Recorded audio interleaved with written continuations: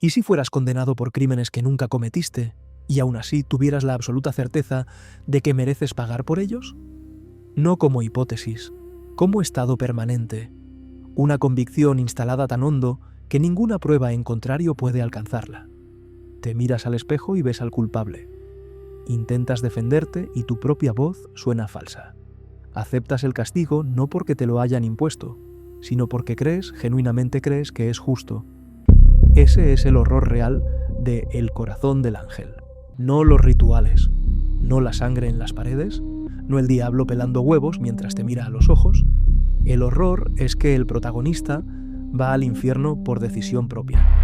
Y la pregunta que la película nunca responde, pero que queda martillando después de que la pantalla se apaga, es la más perturbadora de todas. ¿Y si él es inocente? Si ya empezaste a cuestionar si todo lo que crees sobre ti mismo realmente vino de ti, suscríbete al canal ahora. En 1978, un libro llamado Fallen Angel llegó a las librerías estadounidenses sin hacer mucho ruido.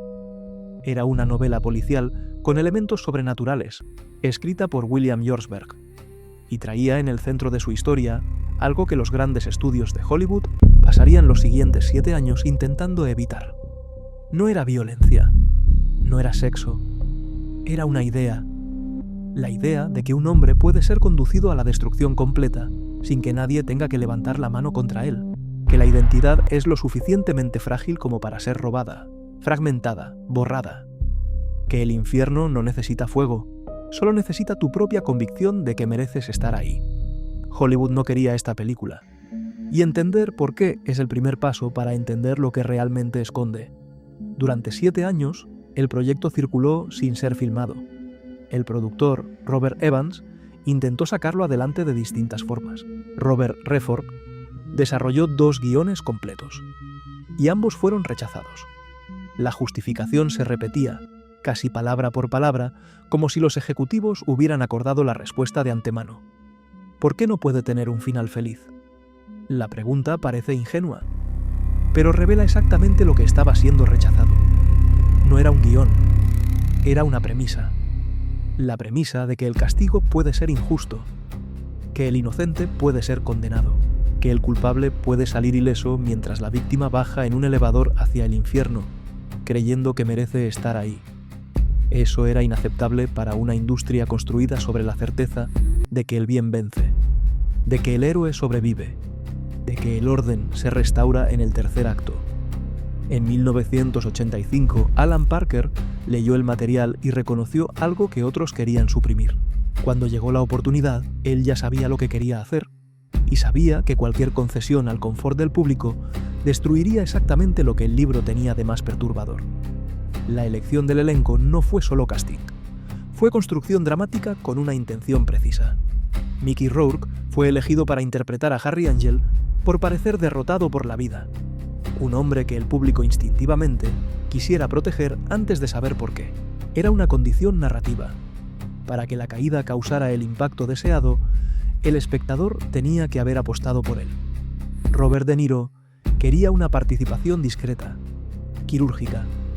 El resultado fue alrededor de 10 minutos de pantalla en total, distribuidos en apariciones que roban cada escena de una manera que ningún actor con más tiempo en cámara pudo competir.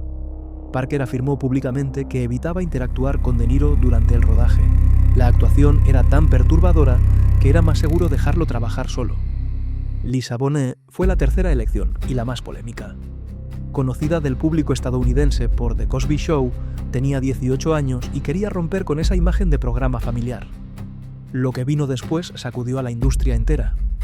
La escena de sexo entre Rourke y Bonet llegó a clasificación y recibió la calificación X.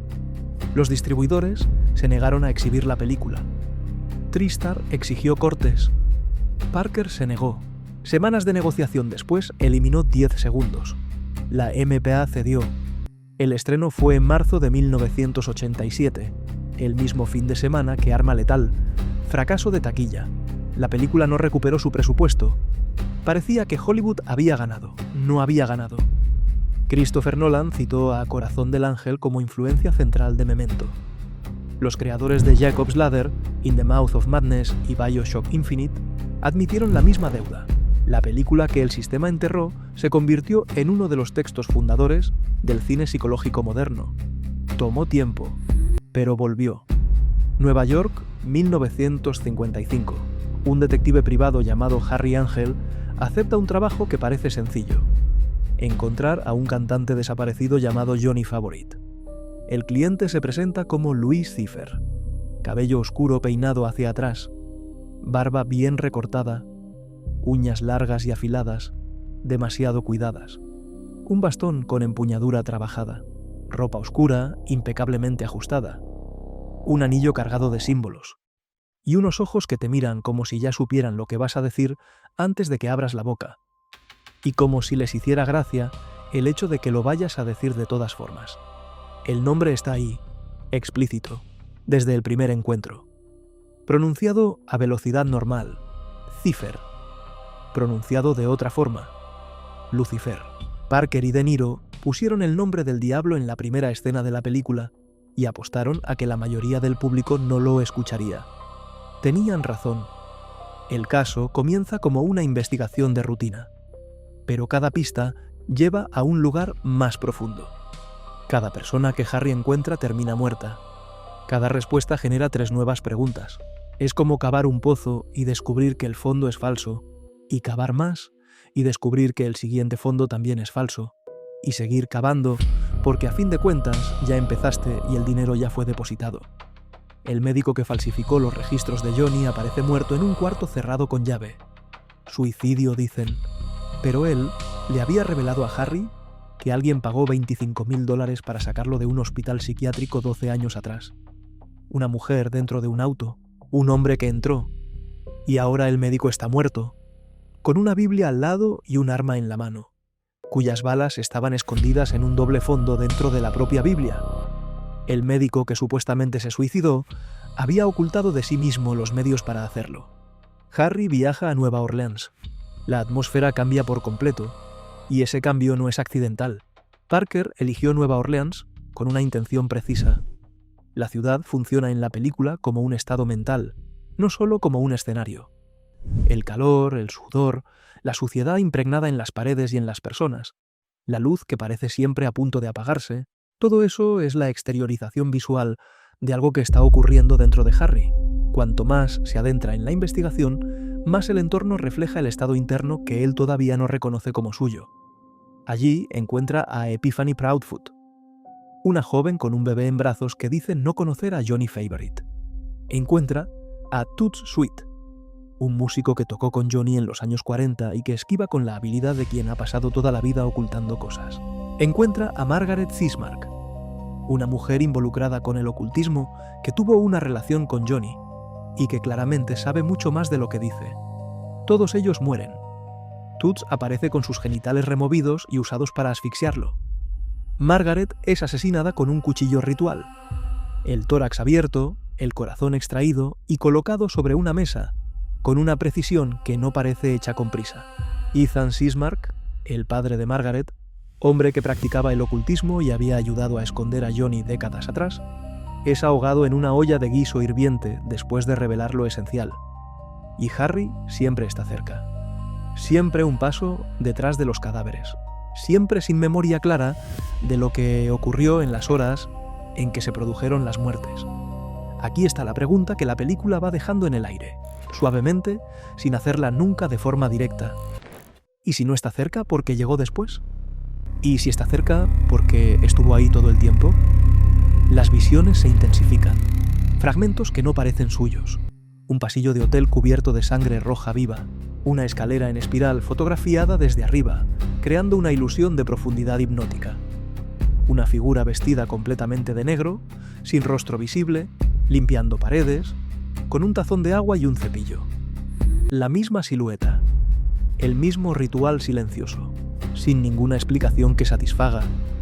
La sensación creciente de que algo está profundamente mal. No con el caso, con él.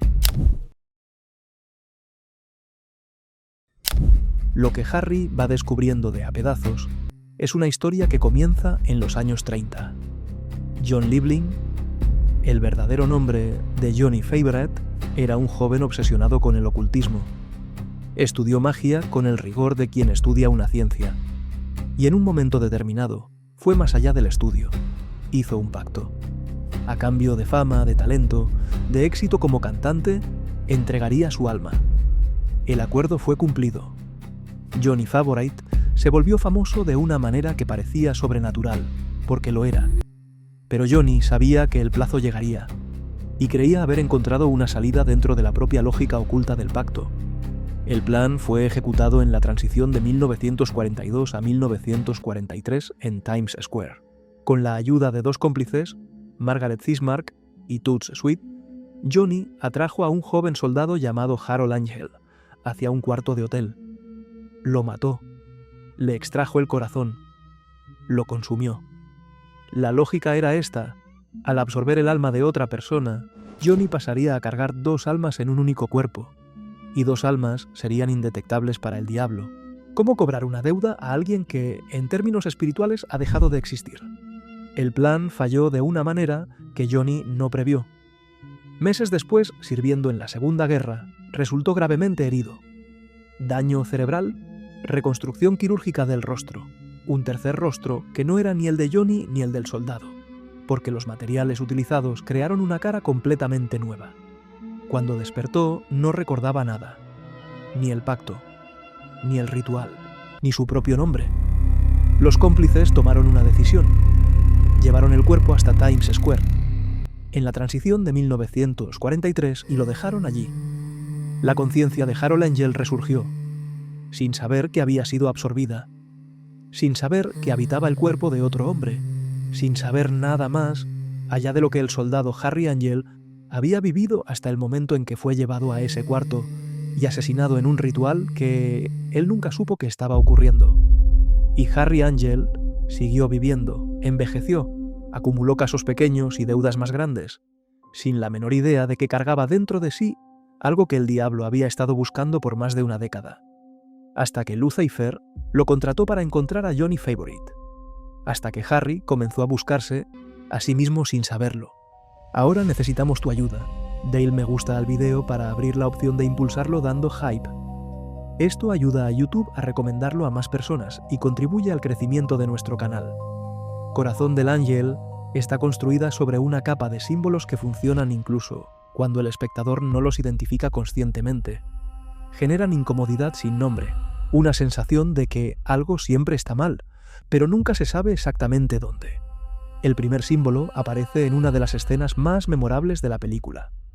Lucifer está sentado en una mesa de restaurante, pelando huevos duros con una lentitud casi meditativa. Cuando Harry llega, Cipher hace una observación casual. En algunas tradiciones religiosas, el huevo es el símbolo del alma. Lo dice mientras mira a Harry a los ojos. Luego, sin desviar la mirada, se come el huevo. No es una escena de terror. Es una escena de dominación silenciosa. Dentro de la lógica simbólica de la película, Cipher está consumiendo el alma de Harry ante sus propios ojos, y Harry no lo ve porque no sabe lo que está viendo. El gesto es preciso, deliberado, absolutamente visible, y absolutamente invisible al mismo tiempo. Y en el momento en que Cipher le ofrece un trozo de huevo a Harry, como si le devolviera algo que le pertenece, y Harry rechaza diciendo que no le gustan los pollos, la escena cierra el círculo de una manera que solo tiene sentido en retrospectiva. Harry tiene una aversión inexplicable a los pollos. A lo largo de la película, eso parece una excentricidad, casi un alivio cómico en una historia pesada. Pero no lo es. En la tradición cristiana, el gallo es el animal que canta en el momento en que la verdad emerge a la fuerza. Canta cuando Pedro niega a Cristo 3 veces. Canta cuando la mentira ya no puede sostenerse más. El gallo, y por extensión la gallina, es el símbolo del instante en que la conciencia despierta ante lo que fue reprimido. Harry no odia a los pollos. Harry odia lo que anuncian. Desde antes del inicio de la historia, está huyendo del recuerdo que revelaría quién es. Su propio sistema nervioso retrocede ante el símbolo de la revelación. Parker nunca lo explica. Simplemente filma a Harry esquivando pollos con un pavor genuino y deja que el espectador sienta algo que no puede nombrar. Después viene la sangre en las paredes. Aparece en distintos momentos a lo largo de la película, siempre antes de una muerte, siempre como visión o memoria fragmentada, sangre que escurre de manera imposible, que cubre superficies enteras, que parece caliente incluso en una pantalla fría. Y la cámara se detiene en ella más tiempo del necesario para establecer el horror, como si quisiera que el espectador reconociera algo. Y siempre, después de la sangre, aparece la mujer de negro. Una figura vestida completamente de negro, sin rostro visible, con un tazón de agua y un cepillo. Limpia la sangre de las paredes con una eficiencia que no es humana, completamente sin dejar rastro, como si el evento nunca hubiera ocurrido. Restaura la pintura, borra los defectos que la sangre había revelado. Aparece vinculada a al menos 3 muertes en la película. Harry encuentra paredes limpias donde había sangre. La policía no encuentra vestigios. Los testigos no recuerdan. Y en al menos una ocasión, llega antes del crimen, no después. Antes. Una limpiadora sobrenatural no llega antes de la sangre. Eso lo cambia todo. La lectura convencional de Corazón del Ángel es esta. Harry Angel es Johnny Favorite. Johnny dormía dentro de Harry. Cuando las personas que sabían del ritual amenazaban con exponerlo, Johnny despertaba temporalmente, cometía los asesinatos para protegerse, y Harry volvía sin memoria de lo ocurrido. Es una lectura posible, la película la sugiere. Parker, en entrevistas, refuerza esa interpretación. Pero hay otra lectura, y lo cambia todo. Si observas con atención, nunca se ve a Johnny cometiendo un crimen de forma inequívoca. Lo que la película muestra son 5 flashes brevísimos, imágenes que parecen recuerdos, de Harry en posición de agresor. Pero Corazón del Ángel está narrada casi exclusivamente desde el punto de vista de Harry. Lo que vemos es lo que Harry ve, o, más precisamente, lo que fue construido dentro de la conciencia de Harry para que él crea que vio.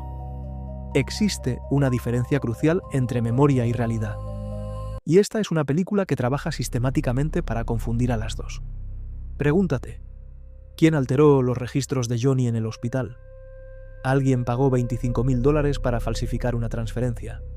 Una mujer dentro de un auto. Un hombre que entró. Y el médico que podría haber revelado los nombres está muerto, con el arma en la mano y la Biblia al lado. Suicidio, dicen, pero las balas estaban escondidas dentro de la propia Biblia, en un doble fondo. El médico se mató con un arma que él mismo había ocultado de sí mismo. Pregúntate, ¿por qué nadie recuerda a Johnny Favorite? Era un cantante famoso en los años 40. La reportera con acceso a los archivos del New York Times encuentra casi nada sobre él. Personas que deberían conocerlo dicen que nunca oyeron hablar de él. La fama real, material, documentada, fue borrada. ¿Por quién? ¿Con qué tecnología disponible en los años 40 y 50? Y la evidencia más directa de todas. Lucifer toma las plaquetas de identificación militar de Harry durante la investigación y las planta en la escena del crimen donde se encuentra muerta a Epiphany. Eso no es interpretación, está mostrado explícitamente en la película. Cipher fabrica evidencias, eso es un hecho. ¿Y si el mismo principio aplica a todo lo que vino antes? ¿Y si los asesinatos no fueron cometidos por Johnny, que quizás ya no existe como entidad separada dentro de Harry, sino por el propio diablo, construyendo ladrillo a ladrillo una narrativa donde Harry es el único culpable posible? ¿Y si los recuerdos que Harry ve no son remembranzas? ¿Y si son implantaciones? Si fueron colocados ahí con la misma precisión con que las plaquetas fueron dejadas en el cuarto de Epiphany, no para revelar la verdad, sino para construirla. La memoria no es una grabación, la memoria es una reconstrucción. Y toda reconstrucción puede ser manipulada por quien tiene acceso al proceso. La mujer de negro es la clave. Al final de la película, cuando Harry regresa al hotel, ella está ahí, esperando, con el tazón y el cepillo. Y cuando Cipher aparece sin la barba, revela que son la misma entidad. 2 caras del mismo poder. Pero hay una distinción que la película marca con cuidado. Lucifer no es el diablo. Lucifer es la imagen que el diablo eligió para parecer reconocible. La mujer de negro es el diablo sin máscara. Y si la mujer de negro es el diablo y llega antes de los crímenes, limpia sangre de manera imposible, borra personajes enteros de la memoria de la narrativa, entonces no está eliminando rastros de Johnny. Está construyendo meticulosamente la narrativa que va a destruir a Harry. Piensa en la dimensión de eso. Harold Angel era un joven soldado que estaba en una fiesta de Año Nuevo cuando fue atraído hacia un cuarto de hotel y asesinado. No hizo ningún pacto. No le debía nada a nadie. Y aún así, el alma que sobrevivió en ese cuerpo, el alma que despertó sin memoria y se convirtió en Harry Angel, va al infierno. No porque fue forzada, porque fue convencida. Y ahí viene la pregunta que la película te planta y ya no te saca más. ¿Quién dijo que ese recuerdo es tuyo? ¿Quién dijo que esa culpa te pertenece? ¿Quién construyó la narrativa que usas para definirte y qué ganó esa persona o ese sistema con eso? Existe una leyenda que recorre el sur de los Estados Unidos desde los años 30, no es ficción. Está documentada en canciones, en registros históricos fragmentados, en la memoria oral de comunidades enteras. Robert Johnson era un músico de blues. Tocaba bien, nada más que eso. En un momento determinado desapareció. Cuando volvió era otro músico. No en sentido figurado, en sentido literal. Personas que lo conocían antes dijeron que simplemente era imposible que el mismo hombre tocara de esa manera. Los dedos se movían de una forma que no parecía resultado de práctica ni de talento natural. Las armonías que creaba solo, una guitarra, una voz, sonaban como 2 o 3 personas tocando al mismo tiempo. La explicación que circulaba entre los músicos de la época decía que Robert Johnson había ido a una encrucijada a medianoche, que allí encontró a una entidad, que le entregó la guitarra, que la entidad la afinó de una manera que ningún ser humano sabría hacer. A cambio, aquello que ya no le pertenecía. Murió a los 27 años, probablemente envenenado. Poquísimo registro histórico. Ninguna foto confirmada salvo 2. Una discografía registrada en apenas 2 sesiones de grabación. 29 canciones. 29 canciones que influyeron directamente en Eric Clapton, Led Zeppelin, los Rolling Stones, Bob Dylan, que definieron un lenguaje para el blues eléctrico que persiste hasta hoy. Las letras no usan metáforas. Crossroad Blues describe a un hombre parado en una encrucijada suplicando. Me and the Devil Blues comienza con un golpe en la puerta, y quien abre ya sabe quién está del otro lado. Hellhound on My Trail describe algo que persigue, siempre un paso atrás, invisible pero presente. Robert Johnson no estaba usando imágenes poéticas, estaba describiendo su situación. En el folclore afroamericano y en las religiones de origen africano, la encrucijada no es solo un cruce de caminos, es un punto de paso entre mundos, un lugar donde las entidades hacen acuerdos, donde las identidades pueden intercambiarse, donde lo que uno es puede negociarse por lo que uno quiere ser. No es solo el diablo cristiano, es un arquetipo espiritual antiguo, presente en múltiples culturas, con múltiples nombres, pero siempre con la misma estructura. Un hombre en un punto de cruce, un intercambio, un precio cobrado después. Johnny Favorite era músico, era negro, era talentoso, estaba obsesionado con el ocultismo, realizó un ritual de sangre para escapar de un pacto. Cambió de identidad usando el cuerpo de un hombre que mató. Corazón del Ángel no copió el mito de Robert Johnson, lo resignificó, tomó la encrucijada rural con su polvo, su silencio y su medianoche literal y la transportó a un cuarto de hotel en Times Square durante una fiesta de Año Nuevo. Sacó al diablo de la naturaleza y lo colocó en un restaurante de Nueva York, pelando huevos y estudiando a un hombre que no sabe que está siendo estudiado. El ritual siguió siendo el mismo, solo el escenario cambió. Y hay algo más que esta conexión revela. Johnny Favorite no solo hizo un pacto, intentó usar la lógica del pacto contra el propio pacto, absorber otra alma para volverse indetectable, usar el sistema contra el sistema. Robert Johnson fue a la encrucijada creyendo que estaba haciendo un negocio. Johnny Favorite fue a un cuarto de hotel creyendo que había encontrado un resquicio. Los dos estaban equivocados por la misma razón. Creyeron que el acuerdo tenía reglas, que había términos que podían ser explotados, que la entidad del otro lado negociaba dentro de una lógica que la inteligencia humana podría navegar. No era así. El juego estaba arreglado antes de comenzar, y el precio cobrado después va más allá de lo que cualquiera de los dos podría haber calculado en el momento de la apuesta. Y eso es lo que el título carga sin necesidad de declararlo. El corazón del ritual no es sobrenatural, es humano. Es la parte de nosotros que cree poder negociar con fuerzas que no negocian, que cree que existe una salida cuando la salida ya fue cerrada antes de que entráramos.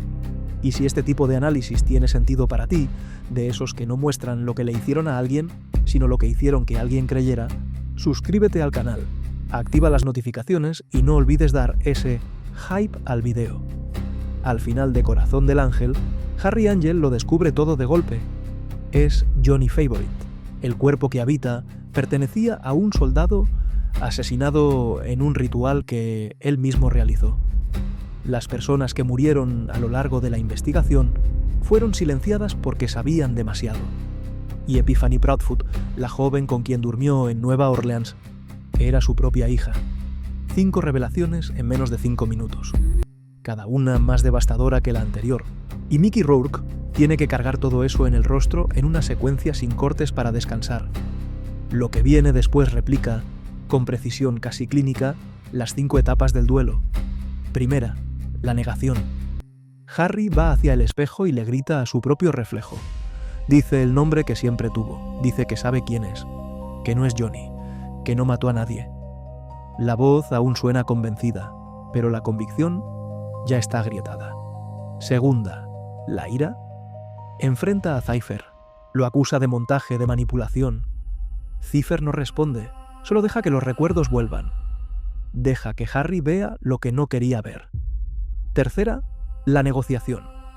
Harry corre de vuelta al hotel donde estaba Epiphany. Cree que todavía hay algo que salvar, que si ella está viva, todo puede deshacerse de alguna manera. No puede. Cuarta, la depresión. Ella está muerta en la cama. Las plaquetas militares de Harold Angel, plantadas por Cypher, están en el cuarto. La policía está llegando. Harry se detiene en el pasillo con la expresión de alguien que finalmente dejó de huir, no porque decidió parar, sino porque se dio cuenta de que nunca hubo a dónde ir. Quinta, la aceptación. Harry entra al elevador. El elevador baja, no hay fuego, no hay demonios visibles, no hay ceremonia, solo el descenso lento de una jaula de hierro oxidado, cargando a un hombre que finalmente cree que merece el destino que está recibiendo. Pero hay una pregunta que Corazón del Ángel planta y no responde, y que sigue martillando después de que la pantalla se apaga. ¿Y si la puerta del elevador nunca se abre? No tormento activo, no castigo espectacular, solo prisión. Una caja de metal bajando para siempre. Ese es el infierno más silencioso y más absoluto que el cine construyó hasta entonces. No porque es sobrenatural, sino precisamente porque no necesita serlo. Porque Harry va ahí por elección propia. Porque fue convencido, con paciencia y precisión quirúrgica, de que no tiene otro lugar a donde ir. Alan Parker hizo a lo largo de su carrera películas sobre personas injustamente encarceladas. Expreso de Medianoche es el punto más alto de ese tema. Un hombre atrapado, tú en un sistema extranjero, sin idioma para defenderse, consumido por una maquinaria que no tiene interés en escucharlo. Pero en Corazón del Ángel, la prisión no tiene rejas visibles. No tiene guardias, no tiene muros. La prisión es la certeza de que eres culpable. Y de esa prisión no se escapa con una fuga ni con un abogado. Porque la única llave que abriría la puerta está dentro de la propia conciencia del prisionero. Y Harold Angel, que bien podría ser inocente, de todos los crímenes por los que cree ser responsable, baja al infierno porque lo único que el diablo necesitaba era eso, que él creyera que lo merecía. Eso es lo que hace el diablo, según Corazón del Ángel. No obliga, no amenaza abiertamente, no aparece con cuernos y tridentes, porque eso sería contraproducente. Reconocerías al enemigo y lucharías. En cambio, construye una narrativa. Selecciona los recuerdos que vas a cargar. Elimina las evidencias que contradirían la versión que le sirve. Te hace mirar tu propia historia y ver al culpable donde quizás no hay ninguno. Y lo más perverso, cuanto más inteligente eres, más eficaz es el proceso. Porque una mente inteligente va a buscar explicaciones para lo que está sintiendo. Va a encontrar evidencias que confirmen lo que ya empezó a creer. Va a construir un caso irrefutable contra sí misma, usando sus propias capacidades analíticas como herramienta de la condena. Y en el momento en que aceptas esa versión, en el momento en que entras al elevador por tu propia cuenta, su trabajo está concluido. El diablo no necesita destruirte, Solo necesita convencerte de que mereces ser destruido. Hollywood rechazó esta película por 7 años porque no tenía final feliz. Pero lo que los ejecutivos no verbalizaban, lo que quizás no querían ni pensar, es que la historia no es solo sobre Harry Angel. Es sobre cualquier sistema que fabrica culpa, sobre cualquier narrativa que te dice quién eres antes de que hayas tenido la oportunidad de descubrirlo por ti mismo, sobre cualquier proceso, personal, social, histórico, que instala dentro de alguien una certeza de merecimiento que nunca fue examinada. Piensa en cuántas personas cargan historias sobre sí mismas que fueron escritas por otros. Piensa en cuántas convicciones sobre el propio valor, el propio límite, la propia culpa fueron instaladas desde afuera, y nunca cuestionadas porque simplemente parecían verdaderas, porque fueron repetidas las veces suficientes, porque llegaron lo suficientemente temprano. Parker nunca dice eso directamente. Muestra a un detective bajando en un elevador oxidado. Pero lo que queda después de que la pantalla se apaga es la pregunta que la película realmente está haciendo. ¿Quién escribió la historia que usas para definirte? ¿Y qué ganó esa persona o ese sistema con eso? Quizás Harry nunca fue culpable, pero eso dejó de importar en el momento en que él creyó que sí lo era, y el elevador siguió bajando.